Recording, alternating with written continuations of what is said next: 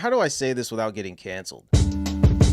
Okay, turn it off. That's all we can afford. What's going on, you guys? Steve here. Let's check out some more DJ content. First up, we have a meme. It says club owner. Why is my club empty? Okay, it says supervisor, manager. They spelled that wrong. Marketing, bartender, security, DJ, promoter. According to the music industry, everything is the DJ's fault. Personally, I would say that responsibility falls on the owners and marketing. I'll gladly explain why. To me, I believe you should create a place where people want to go and hang out regardless of how famous or how clouded the artist is. A lot of these clubs don't create environments where people just want to go on a random Tuesday. They don't want to go check out whoever the local DJ is on a Thursday, Friday, Saturday, Sunday, whatever. The turnout is always based on how famous the DJ is. I blame social media for that, making everything a popularity contest rather than just being about musical integrity. Now that I think about it, most of the places where I hang out in my free time, they're typically just cool spots. I don't go just because, oh, this DJ has 100,000 followers and they're verified. I don't care about that. I've been DJing long enough. I've been making music long enough to know that your follower count, how many likes and views and stuff you get, that's cool, but it has nothing to do with if you're good, qualified or not. So yeah, most of the places where I like to hang out, they're just cool vibes. It's not based on how famous or how clouded and lit the person is on Instagram that's playing. The industry will disagree with me on this and say it's the DJ's fault for just not having a lot of followers and views, likes, whatever. I would say this falls on ownership and marketing for not creating a spot where people want to hang out regardless of the DJ. Maybe that's a hot take, but that's how I feel about it. All right, it looks like we have a VJ. He's running show control. Bro, it's pre-recorded. Bet you couldn't do that live. Yeah, he's ripping it live. That's dope. I recently made a video reacting to deadmau5 and his claims that all festival sets and all of these production shows like this are pre-recorded. I'm a support DJ for Insomniac events. I've opened for artists on tour like Habstract and ATLians. I've been on some of these stages. I've seen the software they're using like Show Control here. Show Control allows you to see what the DJ is doing on the CDJs, and that's how they're able to control the lighting and okay, the drop is coming up. We can do this and set this and do this and that. So it's not all fake. There are a bunch of deadmau5 fans trying to argue with me in the comments of that video, but this just proves my point. If deadmau5 fakes his sets, it is what it is. I could never do that. I don't like or respect when people do that. If you're a deadmau5 fan, it is what it is. I like some of his songs too, but I mean, I just disagree on that. But yeah, you don't have to fake it. People just choose to fake it. And this is proof of that. Okay, this meme says promoters, DJing for free will open many doors. DJs after DJing for free. Open the door. Open the door. Open the door. That's crazy, bro. To me, I think DJing for free is a scam, and it also sets a nasty precedent in local music scenes. I think people just lowballing to get a foot in the door is a reason why there's not as much money in DJing on a local level. I wouldn't recommend you do that. A bunch of DJs realize after the fact that it's probably not a good idea. By doing that, you create a really low standard for the rest of the DJ scene.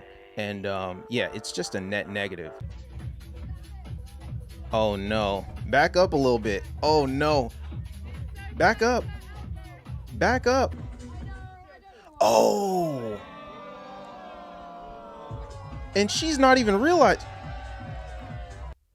Wow. What's crazy is that she didn't even realize she did that. She's still just chilling like, oh, what's going on? I know when the spot is cracking and it's super lit, everybody wants to hang with the DJ and be all arm in arm with whoever the DJ is, but give him some space. Let him cook. That's pretty wild. Like, she has zero spatial awareness. The caption says, why can't men take no for an answer? Oh no.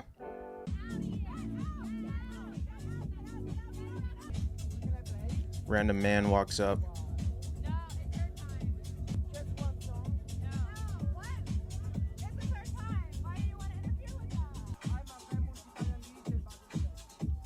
He's a famous Italian DJ.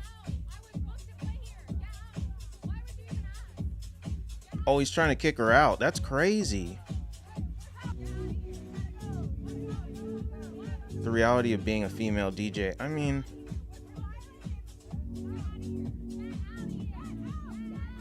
it's crazy.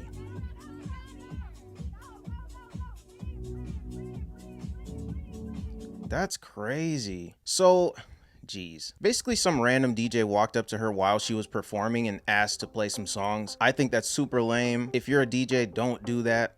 Please respect other people and their space. They got booked for a reason. Whether you like their music or not, they got booked. It's not your gig. It's not your place to try and kick people out of the booth. He's 1000% wrong. The issue I'm seeing with this post and why it's getting so much engagement is the caption. She claims this only happens to women, and I can tell you from firsthand experience, This happens to everybody. At a good amount of my gigs, I get random people walking up to me claiming they're DJs, no, let's do a back-to-back and let me plug in my USB and play a couple tracks and I'm a producer and I do this and that. So it's pretty common that people will try to approach you and just randomly shoot their shot like that. I've never seen that work out for anybody. I wouldn't recommend doing that. You're just gonna piss off the DJ more often than not. I don't want to gaslight her or minimize her experience because this isn't cool, but the comments are mostly men who DJ and they're all saying like, hey, this is unfortunate, sorry that happened to you, but this happens to us too. And she was trying to argue saying, oh no, you wouldn't understand, you're a man. Bro, are you trying to be a victim or get some understanding? There are also a bunch of women who don't even DJ, they don't make music, they're not involved at all, that were just jumping to her aid saying, oh yeah, of course the men are gonna argue. That's not what it's about. As a DJ, things like this might happen. You're gonna encounter artists that are gonna want to get their song pushed. You're gonna have other DJs that are just randomly gonna ask for a back-to-back. Especially for me DJing with Insomniac, this happens pretty often. People randomly walking up to me, hey, how'd you get to play here? And who do I talk to about getting this gig? And I want to do this, and I've been DJing for 3 years. It happens a lot. Oh man. How do I say this without getting canceled? I think it's unfortunate this happened to her, but it's not some gender war. Just because you have an unpleasant experience doesn't mean they hate all women, they hate all men. They're racist, they're this, they're that. Sometimes you can just have an unpleasant experience. I have a very vivid memory of that happening to me specifically. Oddly enough, it was a female DJ that did that to me. I was playing an open format bar gig. The gig was absolutely bare bones. I had to provide the lighting, my decks, the speakers, everything. I was playing the gig, it got super busy, and there was a really famous rapper that came in. He came in with a bunch of girls, he came with a whole crew. There was a girl who walked up to me asking to plug in her USB to my CDJs, and she thought it was the in-house equipment and she could just kick me off because she was with a famous rapper. And I had to tell her like, look, this is my gig, this is my property, this isn't the in-house gear. Like, you're just walking up to me trying to kick me out of my gig. I set this up, I booked this. Long story short, that's not a gender thing. That's just a really pushy, abrasive DJ thing. I'm a DJ myself. Most common things said to DJs. Didn't we just watch a video where a lady said this only happens to women? Let's just move on. I really never understood why people you know could never like your post. They could never share your post. But for some reason, they telling LeBron James happy birthday.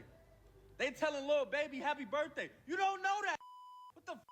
He's spitting. This is something that all creative people and musicians learn the hard way. Just because people know you doesn't mean they're gonna support you. When I first started DJing, I thought everybody in my life would be super supportive. I help people move, I've talked them through breakups, I've been a really good friend to some of these people, and that's not how it worked. My advice to musicians and creative people out there who may be feeling this way, like, hey, why are my friends supporting these celebrities more than they're supporting me? Pour into the people who actually care and show you signs of interest. If you only have 5 friends that support your stuff, tell them thank you. Send them personal invites to your shows. Send them a link to a track that you're about to release. Ask for some feedback. Invest in the people who invest in you. Don't stress yourself out getting gray hairs trying to convert non-believers and the people who just hate watch your stories. Don't focus on, oh, this person isn't liking it and they viewed this and they watch my stories every day, but they're not liking it. Who cares? Honestly, who cares? I don't want to spew toxic positivity. You shouldn't focus on things you can't control. It's just going to stress you out and drive you crazy, especially in music. At some point, I'd like to do an extensive video on this. Why people support strangers and celebrities more than their actual friends. They've been doing psychological studies on this for the better part of a century, and I think it's a really interesting topic,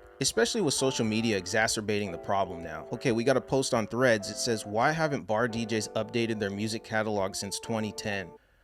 Oh God, I see people post this every single day. It's so lazy, it's so burned out. I just made a pretty in-depth video on this topic. Go check that one out. It's actually the biggest video we have on the channel. Anyways, in that video I came to the conclusion that streaming and social media made music so niche. Everybody listens to different music. Some people are listening to their little brother's mixtape, some people are listening to K-pop, other people are listening to Sabrina Carpenter, and there's other people who are listening to the Far Side. It's really hard in this era to get a unanimous hit where everybody knows it and everybody likes it because nobody's listening to the same stuff. There's also the fact that modern pop music is the audio equivalent of McDonald's. It's very obvious when these new artists make songs that are clearly TikTok algorithm bait. They're not structured for DJs to mix. You can tell they're just meant to catch and be the soundtrack of some reels and shorts. And the people feel that, and it doesn't work on the dance floor. Don't take my word for it, I'm just a talking head on the internet. Let's read some comments. This person said, in my experience, for a general audience, new tracks clear the dance floor.